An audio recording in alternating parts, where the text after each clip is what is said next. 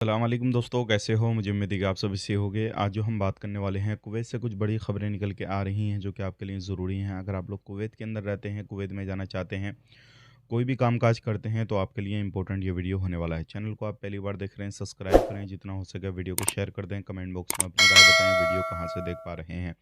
सबसे पहली खबर की तरफ बढ़ते हैं, जो बड़ी खबर आ रही है निकल के जलेब के जो है जलेब के अंदर चेकिंग हुआ, काफ़ी ज़्यादा बड़ा जो है अभियान चलाया गया और इस अभियान के अंदर, इस चेकिंग के अंदर, इस कैंपेन के अंदर जो है बहुत सारे लोग पकड़े गए। क्योंकि इसमें बहुत सारे लोग ऐसे भी पकड़े गए हैं जो बिल्डिंगों के अंदर बाल कटिंग का काम कर रहे थे, बिल्डिंग के अंदर होटल चला रहे थे, बिल्डिंग के अंदर भी जो है ऐसे काम कर रहे थे जो करना बिल्कुल गैर कानूनी है और बिना परमिशन के वो काम नहीं कर सकते। तो ऐसे बहुत सारे लोग पकड़े गए हैं जो क्या कुवैत के अंदर गैर कानूनी तरीके से कामकाज कर रहे थे। ध्यान रखिएगा, अगर आप कुवैत में किसी भी कोने पे काम करते हैं बिना लाइसेंस के, बिना परमिशन के, तो फिर वो काम इल्लीगल है, तो उसके साथ-साथ आप भी इल्लीगल हो जाएँगे, तो आपके ऊपर भी कार्रवाई की जाएगी। हो सकता है फाइन लग जाए या फिर आपको आपके देश डिपोर्ट कर दिया जाए।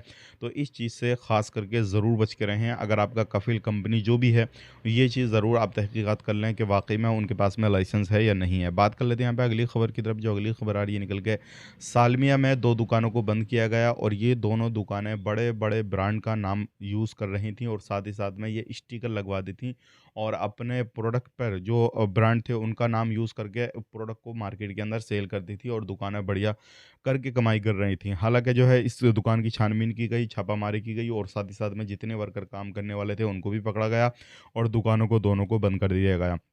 बात कर लेते हैं यहाँ पे अगली खबर की तरफ, जो अगली खबर आ रही है निकल के, ये भी इम्पोर्टेंट है आप लोगों के लिए। अगर आप लोग कुवैत के अंदर रहते हैं, तो कुवैत के अंदर आप सबसे ज़्यादा इंडियन जो लोग हैं वो रहते हैं। तकरीबन 10 लाख से ज़्यादा इंडियन लोग रहते हैं, उसके बाद में मिस्र के, फिर कुवैती नागरिक रहते हैं। लेकिन कुवैती लोगों से ज़्यादा भी जो है वो इंडिया के लोग रहते हैं। घर खाता में डोमेस्टिक लेबर में जो काम करते हैं और जो कंपनियों में काम करते हैं, टोटल कुल मिला के 10 लाख से ज़्यादा लोग काम करते हैं। तो आप सोच सकते हैं कि किसी भी कोने पे आप कुवैत के अंदर चले जाएँ, तो आपको कितने बड़े पैमाने पे इंडियन वहाँ पे देखने को मिल जाएँगे। बात कर लेते हैं कुवैत के दिनार की रेट की, तो इस टाइम पे दिनार काफ़ी ज़्यादा हाई पे चल रहा है।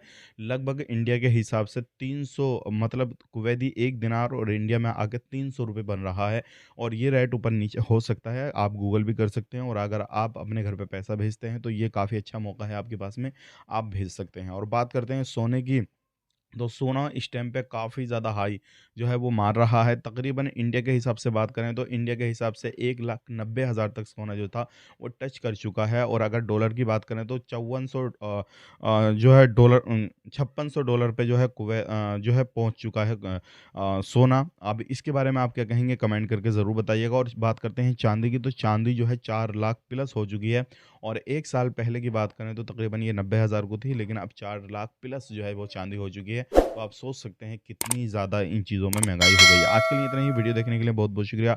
चैनल को सब्सक्राइब करें और जितना हो सके वीडियो को लाइक कर दें। कमेंट बॉक्स में अपनी राय बताएँ कहाँ से वीडियो देख रहे हैं। आप अपना ख्याल रखें, अपनी फैमिली और ख्याल रखें। Take care, bye-bye.